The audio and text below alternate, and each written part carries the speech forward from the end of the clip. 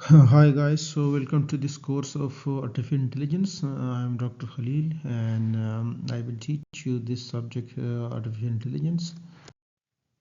जो ज़्यादातर मटेरियल है इस कोर्स के अंदर that will B cover from this book okay artificial intelligence a modern approach. The book is basically written by Stuart Russell and Peter Norvig. Okay, so ज़्यादातर material यही से ही cover होगा. जो प्रीरिक्विजिट्स है इस कोर्स के को सही समझने के लिए वो है डेटा स्ट्रक्चर एंड एल्गोरिथम और परफॉर्मेंस इन डेटा स्ट्रक्चर. कहीं पे ये परफॉर्मेंस इन डेटा स्ट्रक्चर पढ़ाया जाता है, कहीं पे एल्गोरिथम इन डेटा स्ट्रक्चर पढ़ाया जाता है. वो इसके लिए एज अ प्रीरिक्विजिट है. और जो बेसिक कॉन्सेप्ट्स ऑफ प्रोग्रामिंग है वो भी चाहिए होंगे क्योंकि आपने इसमें प्रोग्रामिंग करनी होगी. सो जो अच्छा ऑप्शन है दैट इज़ पाइथन और सी प्लस प्लस. अगर आप जावा में ज़्यादा एक्सपर्ट हो so you can use Java as well, but personally I will recommend this one Python. Okay, इसकी वो अच्छी है as compared to C plus plus या जावा की. जो टूल्स चाहिए होंगे इस सब्जेक्ट में वो of course you will use C plus plus और Python. So for C plus plus I will recommend Visual Studio. ठीक है, आप अगर पाइथन में इसको करना चाहते हो तो Google Colab is a good option. आपको सिर्फ एक जीमेल का अकाउंट चाहिए होगा और इसकी एक अच्छी बात यह है कि ये आपको जीपीयू का एक्सेस भी दे रहा होता है. मतलब आपके कंप्यूटर में अगर जीपीयू नहीं है तो गूगल कोलैब आपको कुछ लिमिटेड उसमें जीपीयू भी दे देते हैं जिसको आप यूज़ कर सकते हो. सो आपने अगर डीप लर्निंग को यूज़ करना है, okay, if you want to use deep learning then फिर अगर आपके सिस्टम में जीपीयू नहीं भी है तो आप गूगल कोलैब को यूज़ कर सकते हो. अगर आप ऑफलाइन मोड में करना चाहते हो so the option is anaconda. Tools जो यहाँ पे हमने यूज़ करना है वो टेंसरफ्लो और केरास है. इसमें कोर्स के अंदर हमने कुछ पार्ट जो कवर करना होगा वो डीप लर्निंग का भी करना होगा. ओके, सो डीप लर्निंग के लिए आपको इस चीज़ की ज़रूरत है. आपने अगर आम मशीन लर्निंग यूज़ करनी है, मतलब अगर हम उसकी तरफ नहीं जाना चाह रहे हैं, डीप लर्निंग की तरफ नहीं जाना चाह रहे, फिर आपको इसकी ज़रूरत नहीं है, then that is not needed. और टेंसरफ्लो के लिए आपने अगर टेंसरफ्लो यूज़ करना है तो ऑफ कोर्स इसमें आपको केरास की भी ज़रूरत होगी. जो टूल आपका है वो ओपन सीवी है. Let me tell you that ये जो कोर्स है इसके बेसिकली 3 पार्ट्स हैं. The first one is somehow basic concepts, right? The second one is search algorithms,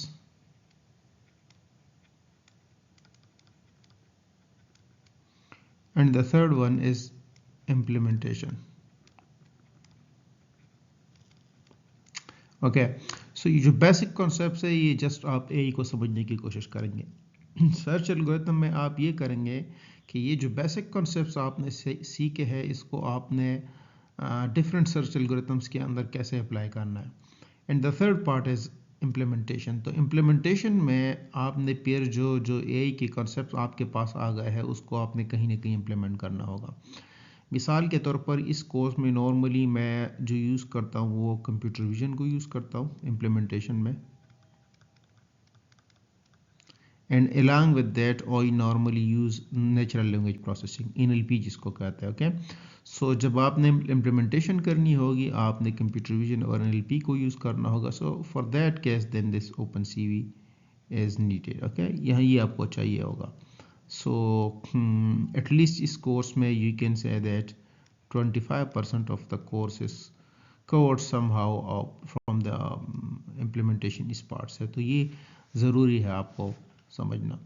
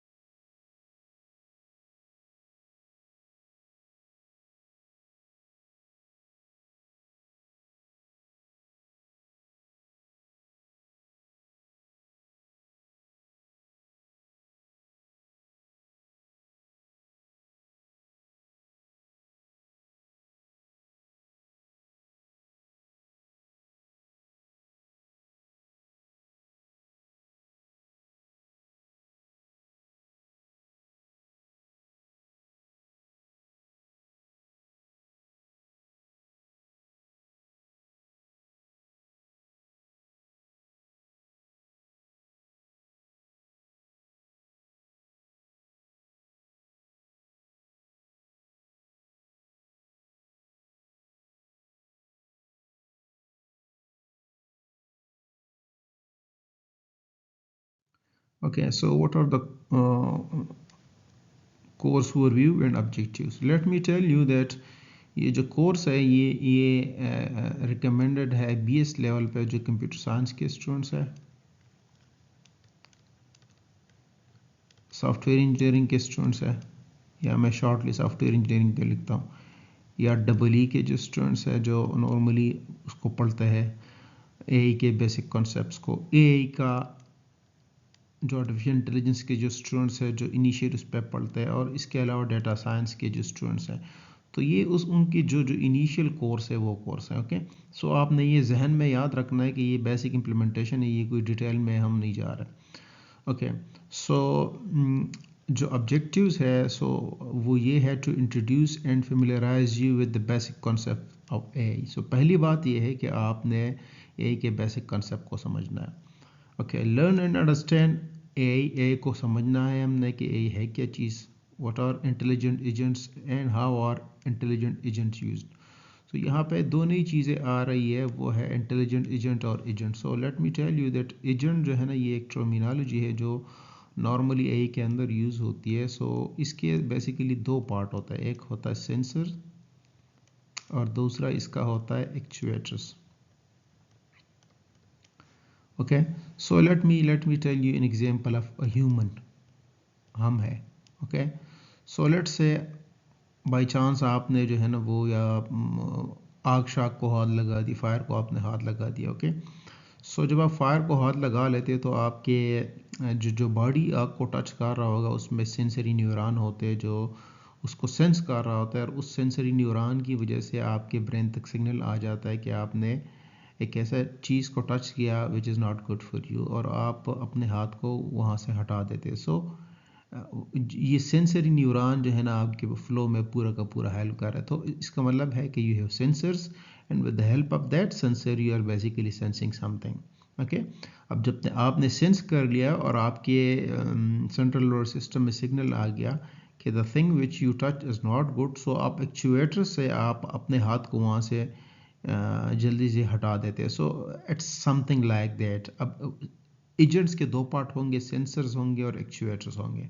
okay, so ये जनरल एजेंट की बात है। मसलन आपका मिसाल के तौर पर लेग है, योर हैंड है, इसके अलावा आपके जो आइज़ है, all these are sensory elements. Okay, और इनमें कुछ सेंसरी है, कुछ वो है एक्चुएटर्स है।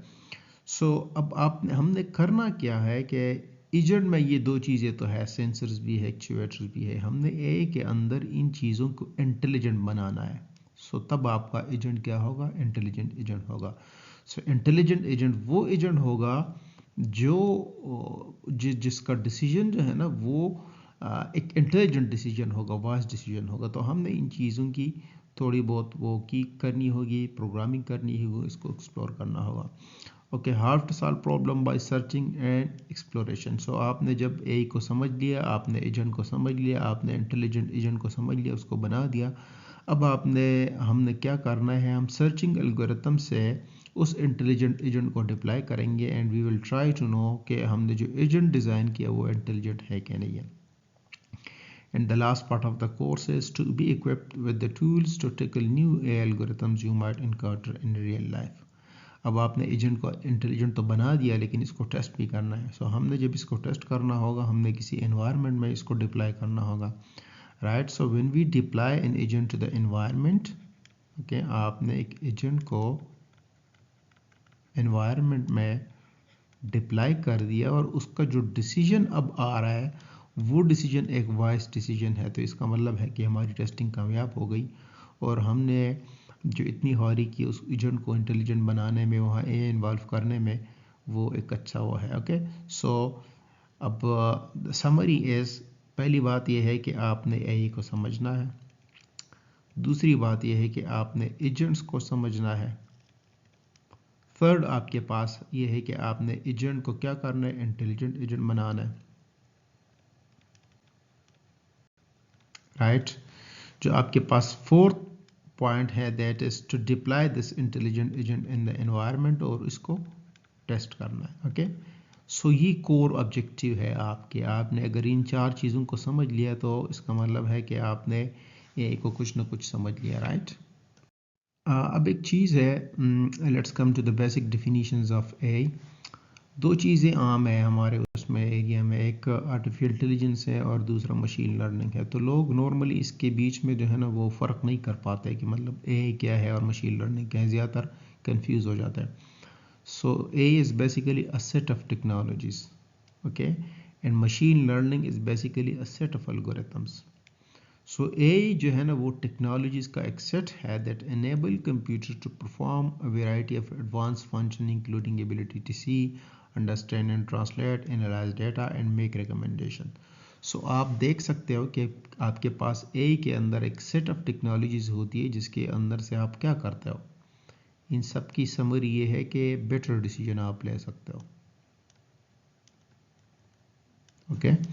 सो ये एक ऐसी चीज़ है जिसमें आप डिफरेंट टेक्नोलॉजीज़ को इन्वॉल्व करके एक बेटर डिसीजन ले सकते हो। आपने मिसाल के तौर पर मूवी देखनी है, आप नेटफ्लिक्स पे जाते हो, सो लेट से आपका इंटरेस्ट जो है ना उसके अंदर है, मे बी फ़नी मूवीज़ के अंदर है। सो अगर वो नेटफ्लिक्स आपको एक अच्छी मूवी की रिकमेंडेशन दे रहा है, सो इसका मतलब है कि एक अच्छा एआई वहाँ पे यूज़ हुआ है। अच्छा, आपने डेटा एनालिटिक्स के अंदर जाना है, आपने वहाँ से कुछ डेटा को एक्सट्रैक्ट करना है, तो वो अगर अच्छा वहाँ पे एक्सट्रैक्शन आ रहा है, इंफॉर्मेशन फ्रूटफुल है, तो इसका मतलब है कि एवरीथिंग इज़ गोइंग फाइन। अब मशीन लर्निंग जो है ना that is basically a pathway to artificial intelligence. ये आपको असल में रास्ता दे रहा है एआई की तरफ, ओके। सो ये रास्ता दे रहा है। अब आप, इसका मतलब है ये आप एक बिग सिटी की तरफ जाना चाह रहे हैं, so it's just a pathway,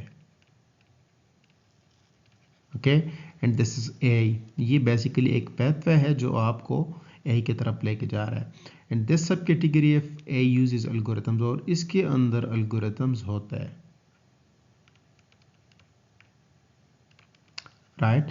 सो ये चीज़ आप क्लियर रखें। यहाँ आपके पास ये सेट ऑफ टेक्नोलॉजीज है, यहाँ ये maybe you can say set of algorithm है to learn insight and recognise pattern from the data. जो क्या करता है, डेटा से पैटर्न्स को एक्सट्रैक्ट करके लर्न कर रहा है।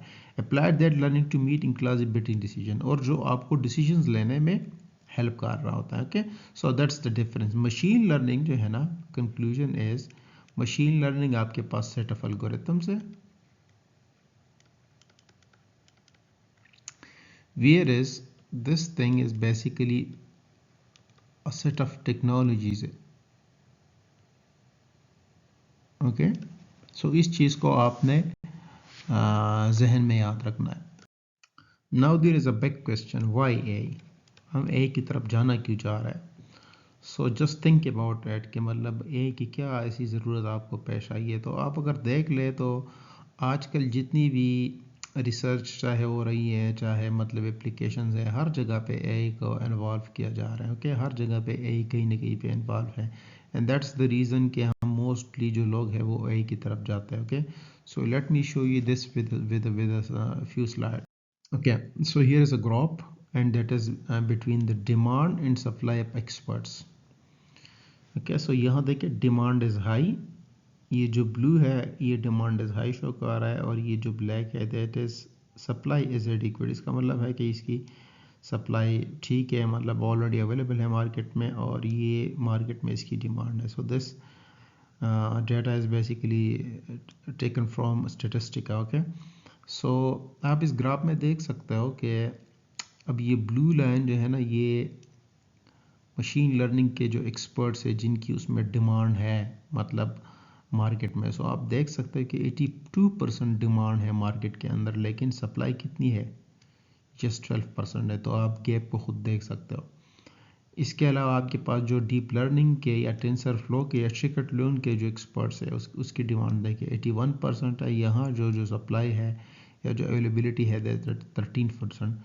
सो इसके अलावा आपके पास ये बाकी चीज़ों के हैं, मतलब एसक्यूएल के, इन्फॉर्मेटिका के, सेग मेकर के। बहरहाल हमारा कंसर्न सिर्फ इस पार्ट से है, okay. So we have no concern with this at least in this presentation.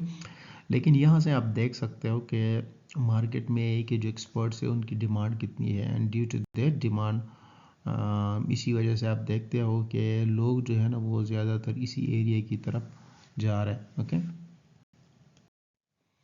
Okay, so let me tell you that there are basically three terminologies, AI है, machine learning है और deep learning है। So उसका फ़र्क मैं आपको बताने की कोशिश कर रहा हूँ कि तीनों के बीच में क्या फ़र्क है। सो आर्टिफिशियल इंटेलिजेंस एक बहुत वास्ट फील्ड है। मैंने आपको पहले बताया कि machine learning is basically a part of AI, okay, ये उसका एक हिस्सा है। आप अगर डीप लर्निंग की तरफ आ जाते हो, so deep learning is basically further a part of machine learning, okay. So we have three categories, maybe you can say AI. So AI का जो फिर फर्दर एक क्लास है दैट इज़ मशीन लर्निंग, और मशीन लर्निंग का जो एक क्लास है डीप लर्निंग। सो इट्स जो है ना आखिरी उस पे है, मतलब आपके पास जो डीप लर्निंग है ये मशीन लर्निंग का एक पार्ट है, मशीन लर्निंग एआई का एक पार्ट है, ओके। सो इन चीज़ों के बीच में आप ट्राई करें कि इसमें आप कंफ्यूज ना हो जाए। मशीन लर्निंग के अंदर आपके पास dozens of different machine learning methods है, ओके। कोई सुपरवाइज मशीन लर्निंग है, कोई क्या है, कोई क्या है, ठीक है। सो डीप लर्निंग फिर उसका एक पार्ट है। Even though it's too early to tell you about the steps for training an AI model, but just आपको समझाने के लिए कि नॉर्मली एक एआई का जो मेथड है वो कैसे काम कर रहा होता है, ओके। सो आपके पास कुछ स्टेप्स है एआई को परफॉर्म करने के लिए, जिसमें पहला स्टेप ऑब्जेक्टिव को डिफाइन करना है। So this is the first step. अब आप ए का एक एल्गोरिथम बना रहे हो तो वो किस लिए बना रहे हो, तो पहले इस चीज़ को समझने की कोशिश करें। The second thing is collect data. अगर डेटा अवेलेबल नहीं है तो if data is not available, अगर आपके पास डेटा उस प्रॉब्लम से अवेलेबल है तो आपको फिर डेटा कलेक्शन की ज़रूरत नहीं है। Prepare the data. डेटा को हम प्रिपेयर इसलिए करते हैं कि if there is some noise,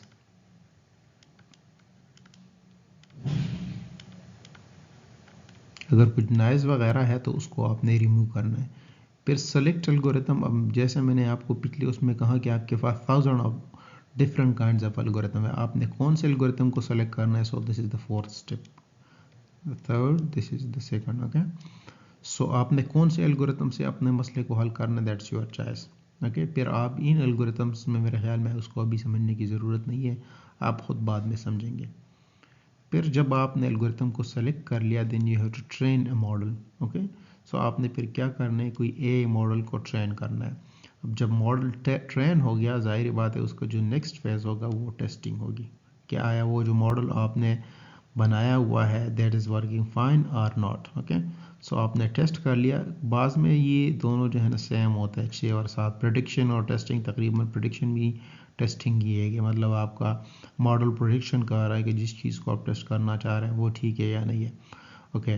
सो अब जब आपने यहाँ कर लिया, लेट से आपके पास मे बी जो भी आपके पास रिजल्ट आया and you are satisfied, then in the next step you will go to the deployment of your model, okay. फिर आप उसको डिप्लॉय करेंगे जो भी प्रॉब्लम के लिए।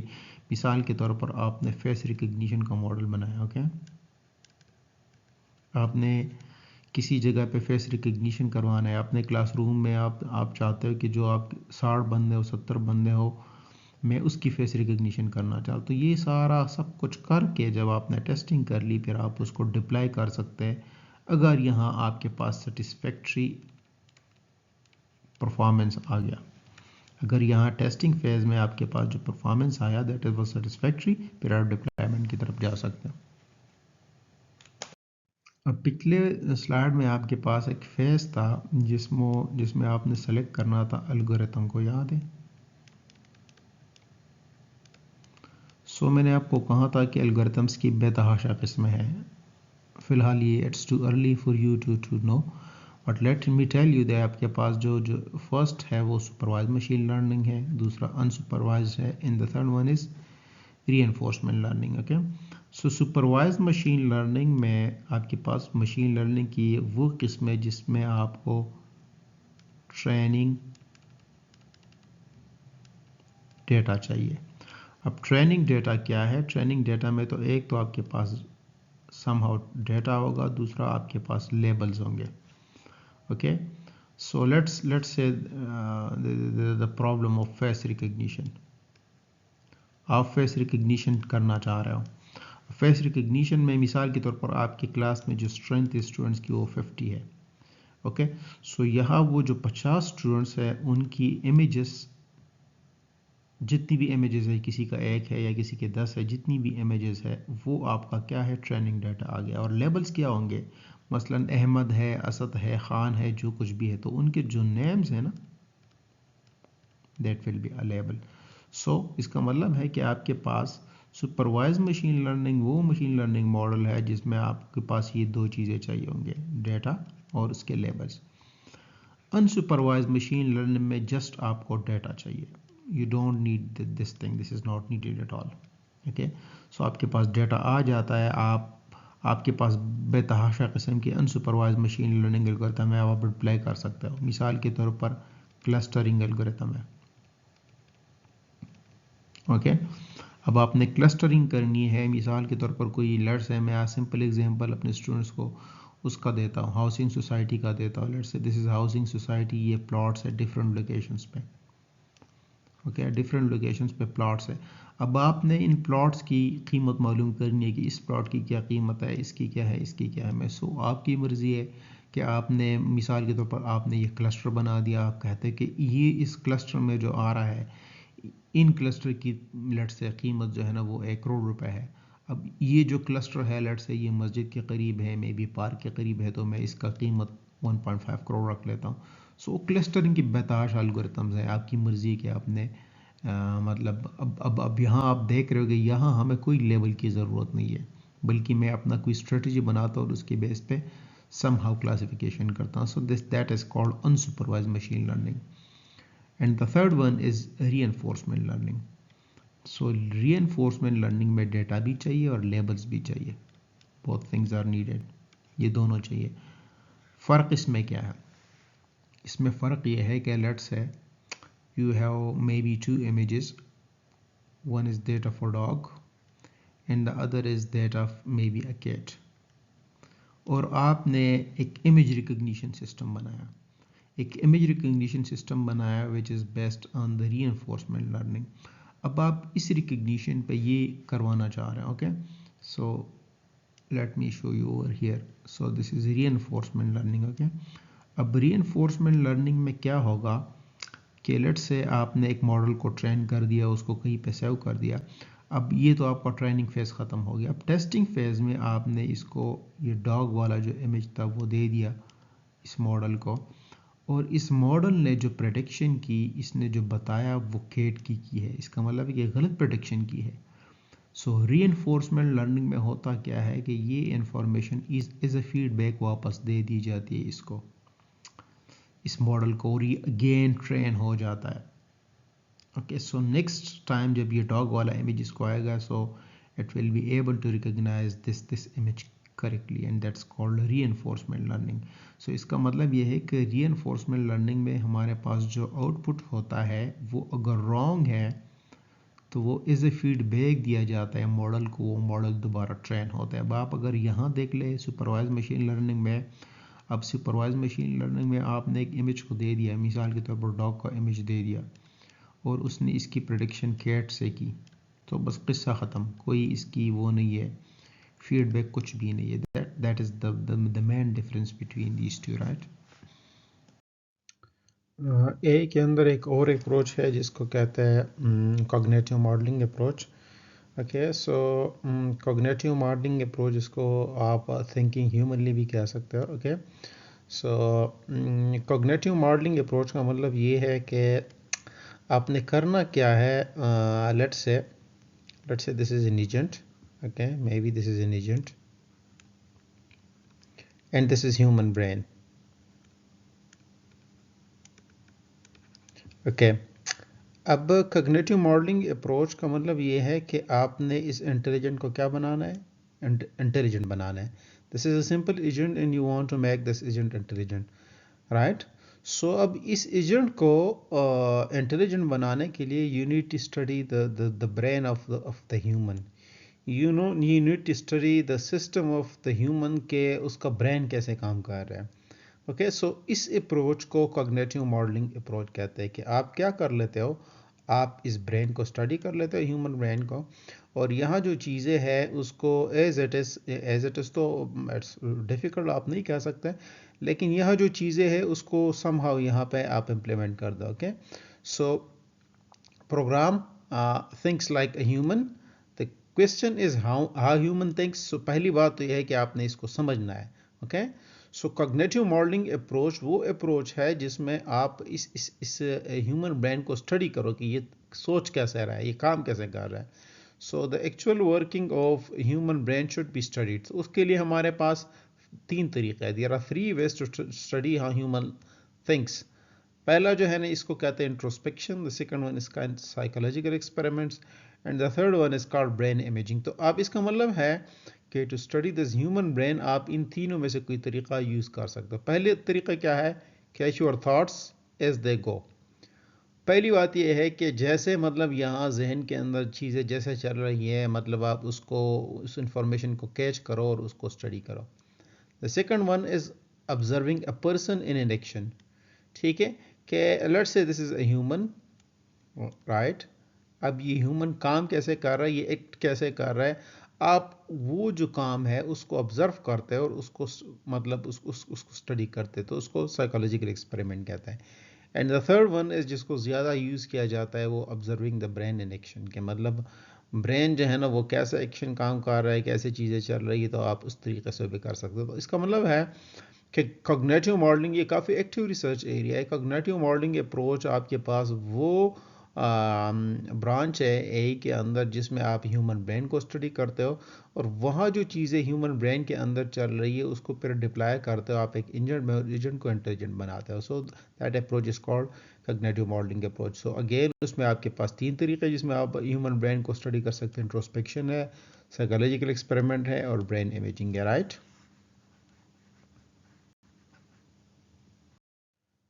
ओके सो आपने देखा पहले उसमें हमने पढ़ा था कि जो एआई है that is in area of computer science. Okay so अब यहाँ एक और बात ये कह रहा है कि it's a multi disciplinary area. So I personally believe that AI is a specifically आप नहीं कह सकते कि ये कंप्यूटर साइंस का ही एरिया है, ये मल्टी डिसिप्लिनरी एरिया है. और इसकी वजह ये है कि इसका लॉजिक, इसकी काफ़ी चीज़ें मैथमेटिक्स है, साइकोलॉजी से, कंप्यूटर साइंस है, इंजीनियरिंग से और काफ़ी चीज़ों से जुड़ी हुई है.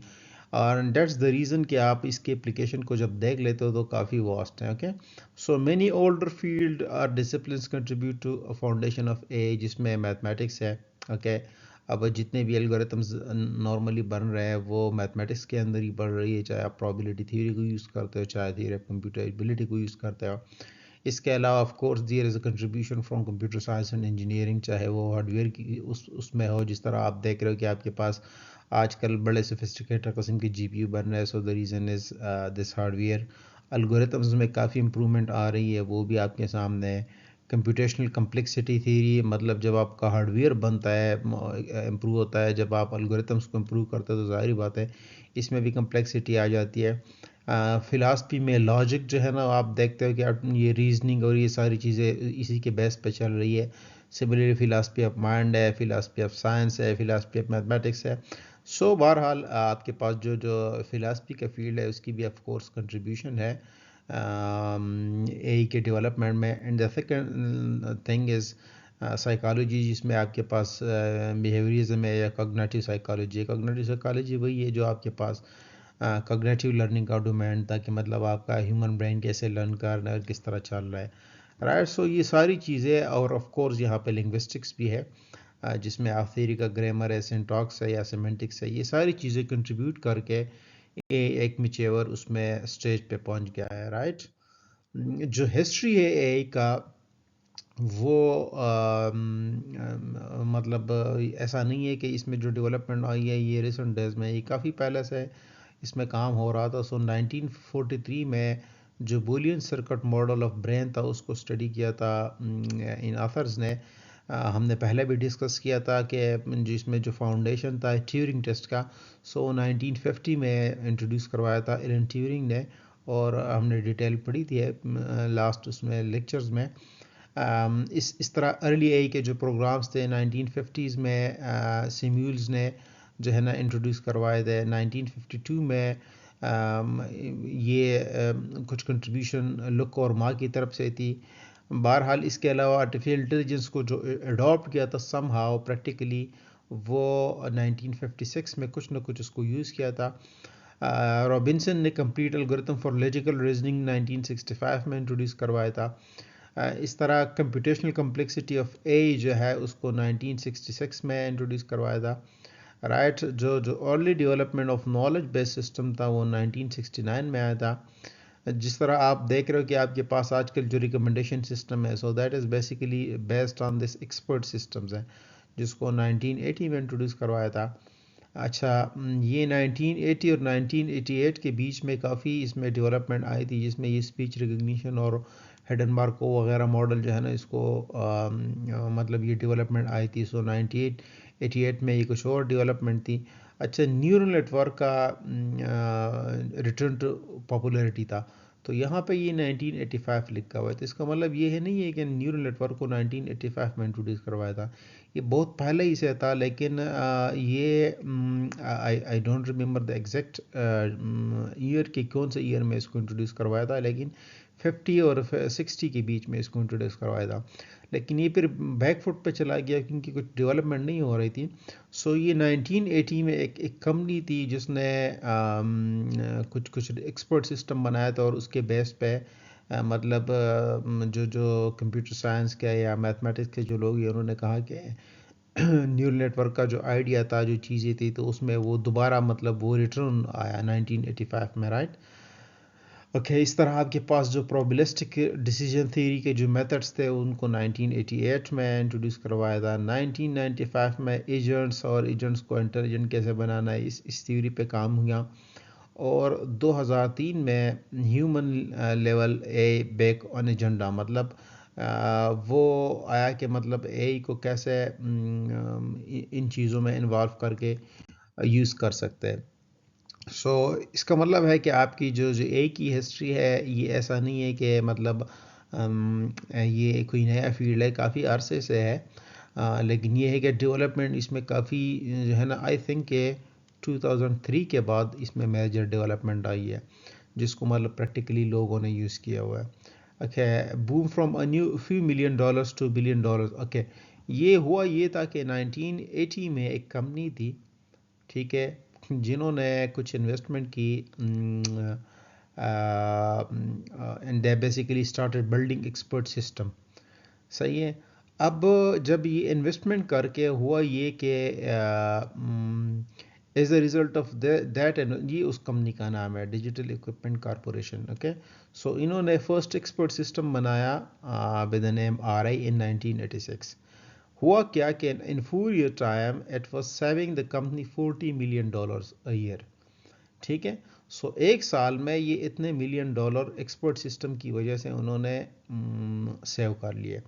और 1988 में कंपनी ने डिसाइड किया कि यार ये तो बड़ा अच्छा फील्ड है and it's better to hire some experts, तो उन्होंने 40 एक्सपर्ट्स को हायर कर लिया।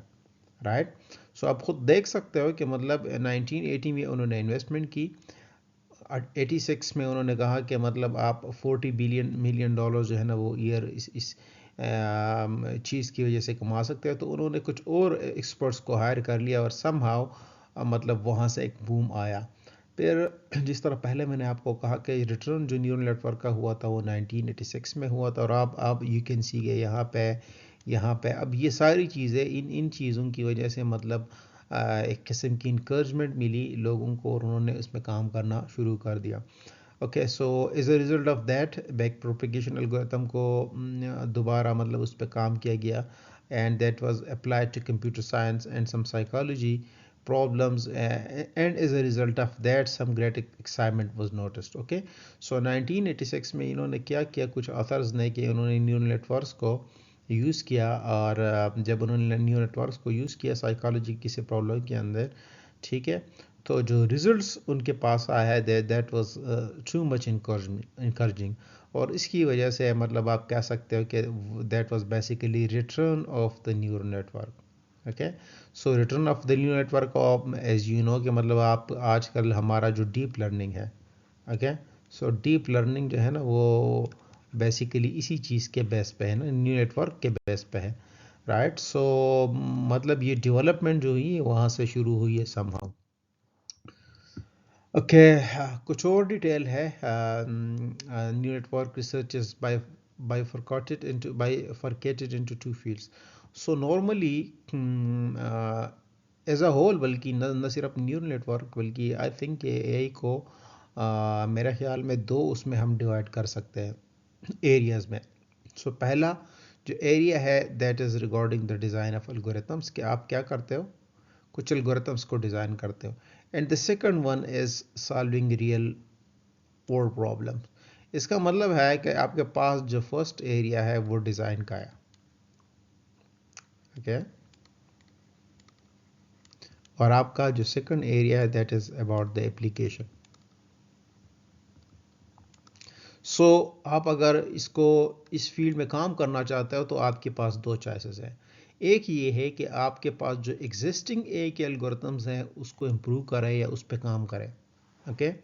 सो somehow I personally think that somehow this thing is related to mathematics.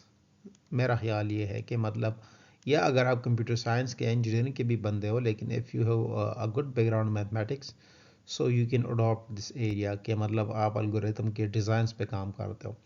And the second is application, के जो आपके पास एग्जिस्टिंग एल्गोरिथम है उसको क्या करें, रियल वर्ल्ड प्रॉब्लम में अप्लाई करना है, okay. So working more on mathematical modelling, यहाँ भी ये भी कह रहे हैं, ये जो बुक में लिखा हुआ है कि मतलब ये मैथमेटिकल मॉडलिंग से रिलेटेड है. और जो सेकंड पार्ट है वो working on the application of existing algorithm, कि आपके पास जो एग्जिस्टिंग एल्गोरिथम्स हैं उससे आपके पास जो रिजल्ट्स है उसको इम्प्रूव करें, ओके. सो ये दो एरियाज हो गए. एक एरिया आपके पास डिज़ाइन का है, दूसरा एप्लीकेशन का है. ए अडॉप्ट्स टू साइंटिफिक मेथड्स. 1987 से कुछ ना कुछ एप्लीकेशंस जो है ना उसमें उन्होंने इसको अप्लाई करना शुरू कर दिया और आप 2023 में देख सकते हो कि ये कहाँ पे हैं, okay. So it's common to build on existing theories then to process new ones, okay. अब यहाँ ये बता रहा है कि 1970 में जो स्पीच रिकग्निशन में मेजर डेवलपमेंट हुई थी that was based on this theory, hidden Markov model. So would you believe कि आजकल मतलब 1970 में जो उन्होंने इस मार्कोव ने जो मॉडल प्रपोज किया था, ओके. सो वो स्टिल यूज़ होता है स्पीच रिकग्निशन के अंदर, इवन दो ये उसका रिफाइंड फॉर्म है आजकल जो यूज़ हो रहा है, लेकिन स्टिल नेचुरल लैंग्वेज प्रोसेसिंग के अंदर ये हिडन मार्कोव मॉडल यूज़ होता है. इससे आप अंदाज़ा लगा सकते हो कि ये कितना इंपॉर्टेंट एल्गोरिथम है, right. So becomes dominating the field of speech recognition, okay. Speech recognition में हिडन मार्कोव मॉडल को इसने इस्तेमाल किया. HMM is purely based on mathematical theories, okay. ये डिटेल आप जाके नेक्स्ट एक चैप्टर में पढ़ेंगे कि HMM क्या है, लेकिन बहरहाल ये बेसिकली जो है ना मैथमेटिकल थीरीज के बेस पे ये काम कर रहा होता है. Simple revolution has been noted in robotics, computer vision and knowledge representation, okay. So मतलब आपके पास एक रिवोल्यूशन आया 1987 से आज तक रोबोटिक्स के अंदर, कंप्यूटर विजन के अंदर और नॉलेज रिप्रेजेंटेशन के अंदर, ओके. अब आते हैं उसकी तरफ, the emergence of intelligent agent. So पहले आप ट्राई टू अंडरस्टैंड कि आपके पास एजेंट है क्या, राइट. सो मैंने पहले भी आपको कहा था कि एजेंट क्या कर रहा होता है. Let's say this is environment. Environment कोई भी चीज़ हो सकती है, ओके. एजेंट जो है ना एनवायरनमेंट को सेंस कर रहा होता है, I am sorry about the writing, और फिर ये रिएक्ट कर रहा होता है एनवायरनमेंट में वापस. तो आपके पास नॉर्मली इसके दो पार्ट्स होते हैं. इसका एक जो पार्ट है that is sensor and the second one is actuator. So अब हुआ क्या है कि आपने, अब एजेंट तो है, अब एजेंट ने डिसीजन तो लेना है. Agent is anything which sense the environment and reacts accordingly. अब एजेंट्स ने तो डिसीजन लेना है, लेकिन हमने क्या करना है, हमने उस एजेंट को इंटेलिजेंट एजेंट बनाना है, ओके. हमने उस एजेंट को इंटेलिजेंट एजेंट बनाया. So some researchers showed discontent with the progress of AI. कैसे उन्होंने डिसकंटेंट शुरू किया, उन्होंने कहा कि भाई आप लोग जो आपके पास एग्जिस्टिंग एल्गोरिथम्स है, आप उन एल्गोरिथम्स को प्रॉब्लम सॉल्विंग के लिए या डिफरेंट एप्लीकेशंस के लिए तो यूज़ कर रहे हो, लेकिन आप लोग उसकी तरफ नहीं जा रहे। उसके जो मैं ए का अपना वो है, मतलब जिसमें आप जो फर्स्ट पार्ट मैंने आपको कहा था, इफ़ यू रिमेंबर, कि एक आपके पास डिज़ाइन है, दूसरा आपके पास एप्लीकेशन है। सो उन्होंने कहा कि आप इस चीज़ पे क्यों काम नहीं कर रहे, आपने तो इस चीज़ को बिल्कुल इग्नोर किया हुआ है, और ज़्यादा कंसंट्रेशन आपकी इस, ये एक स्कूल ऑफ थॉट था जो ये बता रहे थे, एप्लीकेशन की तरफ जा रहे हैं। They believe that AI should put less emphasis on creating improved version of applications that are good to specific tasks such as automatic driving cars. Okay, वो कहता है कि आप एप्लीकेशन की तरफ तो जा रहे हैं, लेकिन जो एक अपना वो है वो उसको आप भूल रहे हो। They believe AI should return to its roots, और roots क्या है? Machine that think, learn and create, उसकी तरफ जाए। This approach is called human level AI, और इसको human level AI के मतलब आप ऐसा करें कि somehow I think that इनका ख्याल ये था कि आप अगर एल्गोरिथम्स को इम्प्रूव कर लेते तो जेनेरिक हो जाएंगे, वो हर प्रॉब्लम को सॉल्व कर जाएंगे, which I personally think is not possible. कि मतलब ये मुमकिन नहीं है कि आप इस तरह के जेनेरिक एल्गोरिथम बना लेते और उससे आप हर एक प्रॉब्लम सॉल्व करते हैं। It's not possible. Okay, but anyways ये हर किसी का अपना एक अप्रोच है, मेरा अपना ख्याल ये है कि इट्स नॉट पॉसिबल। ओके, अच्छा, जो ए के अंदर स्पेसिफिकली जो बूस्ट आया है, विच आई पर्सनली थिंक वो डेटा सेट्स की वजह से आया है। 2003 से ऑनवर्ड्स जो है ना, जो कंप्यूटर साइंस में या एआई में जो लोग काम कर रहे थे, पहले हमने स्टडी किया कि हमारे पास दो फील्ड्स है, एक डिज़ाइन है,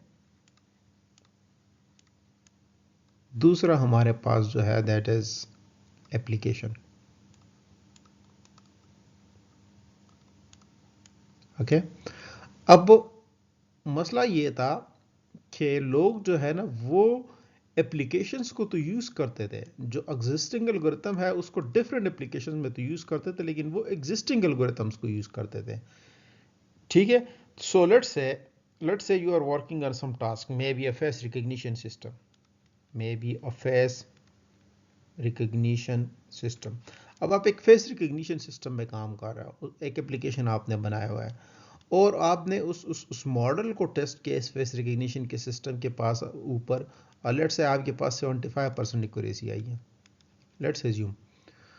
अब दो ऑप्शन है आपके पास। एक ऑप्शन तो ये है कि आप जिस एल्गोरिथम को यूज़ करें उसकी इंप्रूवमेंट पे काम करें, दूसरा ऑप्शन आपके पास ये है कि इस वैल्यू के एक्सेप्ट करें और आप कुछ कर ही नहीं सकते, राइट।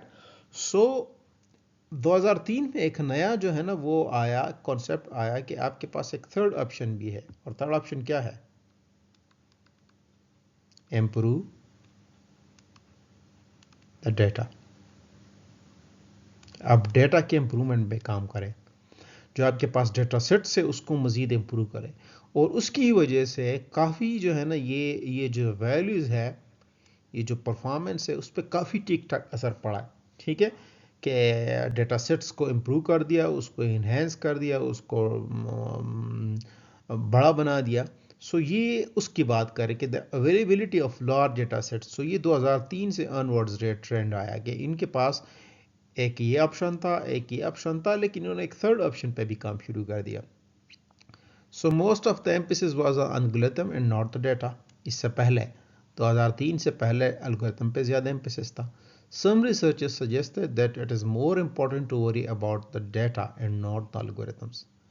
अब एक स्कूल ऑफ थॉट नया आया, वो कह रहे थे कि यार ऐसा है कि why not to work on the quality of the data instead of the algorithms. Okay, so reported results encourage experts to move to this field, और इस वजह से लोग क्या कर दिए, लोगों ने वो इसकी तरफ आए। एंड ड्यू टू ये मेरा पर्सनल एक्सपीरियंस भी है। ओके, मैंने काफ़ी ये इन चीज़ों पे काम किया हुआ है।